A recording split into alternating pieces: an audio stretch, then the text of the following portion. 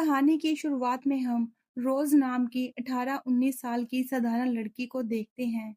वो पढ़ाई के साथ-साथ अपनी माँ अल्मा के बहुत करीब थी। रोज ने बचपन में ही अपने पिता को खो दिया था, इसलिए उसकी दुनिया सिर्फ उसकी माँ तक सीमित थी।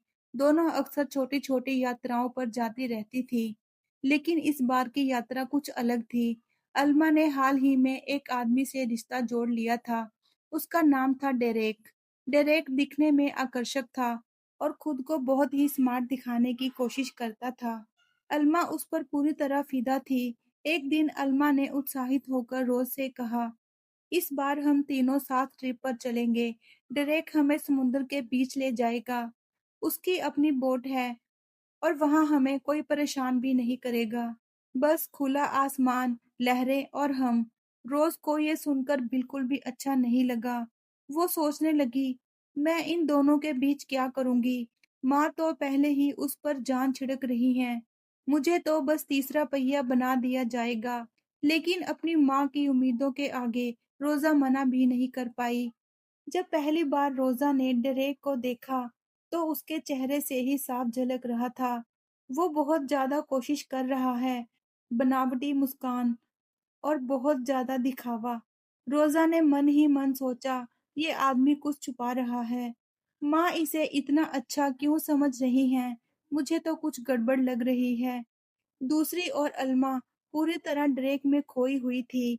वो हंसते-हंसते उसकी हर बात पर सहमति जता रही थी। रोज को साफ दिख रहा था कि माँ उसकी खामियों को बिल्कुल भी नहीं देख पा रही है। कुछ दिनों में वो तीनों बोट लेकर निकल पड़े। समुद्र का विशाल नजारा बहुत खूबसूरत था, लेकिन रोज को अंदर से डर लग रहा था। उसे पानी में हमेशा डर लगता था। गहरी लहरें, समंदर, उसे लगता है जैसे किसी पल में उसमें डूब जाएगी। ड्रेक ने उसे भरोसा दिलाया, चिंता मत करो, मैंने सब प्लान किया है। ये सफर यादगार बनेगा, कोई हमें परेशान नहीं करेगा, बस शांति और रोमांच। शुरुआत में सब ठीक था, लेकिन जल्दी ही छोटी-मोटी गड़बड़ें होने लगी। इन मुसीबतों के बीच रोज और डेरेक थोड़े-थोड़े बात करने लगे। धीरे-धीरे रोज को पता लगा कि डेरेक पहले पुलिस अधिकारी रह चुका है और अब वो सिक्योरिटी कंसल्टेंट का काम करता है। ये जानकर रोज को थोड़ा भरोसा हुआ कि शायद मुसीबत में वो मदद करेगा। एक दिन रोज ने बोट के कैबिन में इधर-उधर देखते हुए एक चौंकाने वाली चीज पाई। वहाँ कई हथियार रखे थे, एक राइफल और कुछ पिस्तौलें। रोज घबरा गई। ये हथियार यहाँ क्यों हैं? क्या सच में ड्रेक भरोसेमंद है? उसने राइफल उठाकर देखी और थोड़ी देर बाद ड्रेक ने उसे पकड़ते देख लिया। रोज ने साफ कहा, अगर हमें सीखना है तो क्यों न मुझे शूट करना सिखाओ। ड्रेक ने हंसकर उसे कुछ बेसिक बातें सिखाईं। रोज को महसूस हुआ कि हथियार पकड़ना डरावना है, लेकिन जरूरी भी। एक रात रोज सो रही थी। अचानक उसे डेक पर आवाजें सुनाई दी। उसने खिड़की से झांका। दो अजनबी आदमी ड्रेक से झगड़ा कर रहे थे। बात इतनी बिगड़ी कि गोली चल गई। रोज चीख भी नहीं पाई कि उसने अपनी माँ को गिरते देखा। अल्मा की छाती से खून बह रहा था। कुछ ही सेकंड में उसकी जिंदगी खत्म हो गई। रोज का दिल टूट गया। उसकी माँ, जो उसकी पूरी दुनिया थी, अब नहीं रही। ड्रेक भी गोली लगने से घायल हो गया। हमलावरों ने बोट में आग लगाने की कोशिश की और फिर चले गए। रोज ने जैसे-तैसे आग बुझाई। वो पूरी तरह से हिल गई थी, लेकिन हार नहीं मानी। बोट का बहुत सारा हिस्सा जल चुका था। मशीनें काम नहीं कर रही थी। रोज ने माँ की बॉडी को संभाला, उसे साफ कपड़ों से ढक दिया।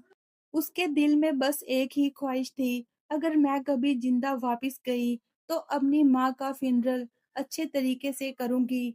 लेकिन सबसे बड़ा सच ये था कि बोट अब लगभग बेकार हो चुकी थी। कुछ देर बाद रोज ने देखा कि घायल ड्रेक पानी से संघर्ष करते हुए बोट की तरफ तैर रहा है। रोज ने उसे ऊपर खींचा। ड्रेक का हाथ बुरी तरह घायल था। उसने रोज को सलाह दी, स्पेयर जिब लगाओ, हवा हमें सही दिशा में ले जाएगी। रोज ने हिम्मत करके पाल बांधा। धीरे धीरे बोट बहने लगी, लेकिन फिर उसे एक झटका लगा। उसने कैबिन में कुछ तस्वीरें देखी, उन्हीं आदमियों के साथ ड्रेक की तस्वीरें जिसने हमला किया था। रोज का शक गहरा हो गया। क्या ये हमला प्लान किया हुआ था? क्या ड्रेक भी उसका हिस्सा है? फिर भी इस सुनसान समंदर में ड्रेक के अलावा कोई नहीं था। कई दिनों बाद उन्हें एक द्वीप दिखा। रोज को उम्मीद जागी कि शायद वहां से मदद मिले, लेकिन द्वीप पूरी तरह वीरान था। टूटी झोपड़ियां, जली हुई लकड़ियां, सब उजड़ा हुआ। उसने सोचा कि रात यहीं बिताते हैं। आग जलाई और बातें करने लगे। रात को ड्रेक ने शराब पीकर रोज को सारी सच्चाई बताई। मैं उन्हीं आदमियों के साथ काम करता था। हमारा बॉस है कैप्टन। उसे जवान लड़कियां पसंद हैं। उसी धंधे में मैंने पैसा कमाया। रोज का दिल दहल गया। अब उसे साफ समझ आ गया कि ड्रेक खतरनाक है। ड्रेक ने कहा, अब तुम सब जान चुकी हो, मैं तुम्हें जिंदा नहीं छोड़ सकता। वो रोज पर झपटा, लेकिन रोज किसी तरह अंधेरे जंगल में भाग गई और रात भर छिपी रही। सुबह ड्रेक ने रोज को भागते हुए देखा और गोली चलाई। रोज दौड़ती रही। भागते भागते ड्रेक का पैर फिसला और वो चट्टान से नीचे गिर गया। वो बुरी तरह से घायल हो गया था। ड्रेक ने गिड़गिड़ाकर कहा, मुझे मत मारो, लेकिन रोज का गुस्सा अब चरम पर था। उसने एक बड़ा पत्थर उठाकर ड्रेक पर फेंका और वहीं छोड़कर बोट की तरफ भाग गई। ड्रेक ने उसे झूठ कहा था कि रेस्क्यू सिग्नल डिवाइस काम नहीं करता, लेकिन रोज को उसकी परवाह नहीं रही। रोज अब अकेली थी। उसने बोट को जितना चला सकती थी चलाया, लेकिन बोट धीरे-धीरे डूबने लगी। पानी अंदर घुस रहा था। आखिरकार उसने लाइफ बोट का सहारा लिया। उसने अपनी माँ की बॉडी भी साथ ले जाने की कोशिश की, लेकिन लहरों में वो समुद्र की गहराई में खो गई। रोज बैठकर रोती रही। माँ अब हमेशा के लिए चली गई थी। एक सुबह उसे दूर एक बड़ा जहाज दिखा। उसने फ्लैश लाइट जलाई, लेकिन दिन के उजाले में किसी ने नहीं देखा। रोज की आखिरी उम्मीद भी टूट गई।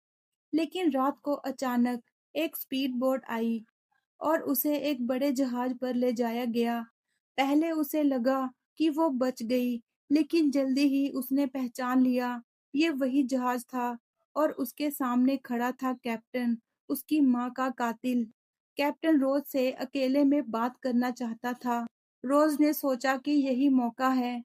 उसने मासूम बनकर बात की और जब कैप्टन पास आया, तो पीछे से भारी चीज उठाकर उसके सिर पर मारी। कैप्टन वहीं ढेर हो गया। इसके बाद रोज ने बोर्ड पर छिपे हथियारों का इस्तेमाल किया। उसकी ट्रेनिंग और जीवित रहने की इच्छा काम आई। धीरे-धीरे उसने कैप्टन के सभी आदमियों को मार गिराया। लेकिन कहानी यहीं खत्म नहीं हुई। अचानक डेरेक सामने आया। असल में उसने ही कैप्टन को बुलाया था। उसने पहले ही समझौता कर लिया था। अब डेरेक चाहता था रोज को कैप्टन के हवाले करके अपनी जान बचाए। लेकिन रोज अब कमजोर नहीं थी।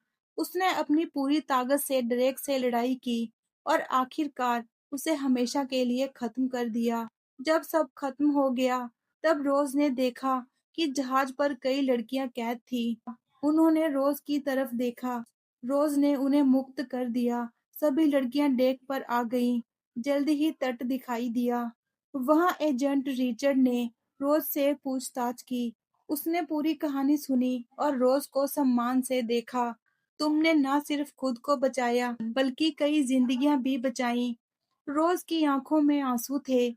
उसने अपनी माँ को खो दिया था, लेकिन उसने कई बेटियों को उनके परिवारों से मिलाने का काम कर दिया। इसी के साथ इस कहानी का एंड होता है। आपको ये वीडियो कैसी लगी?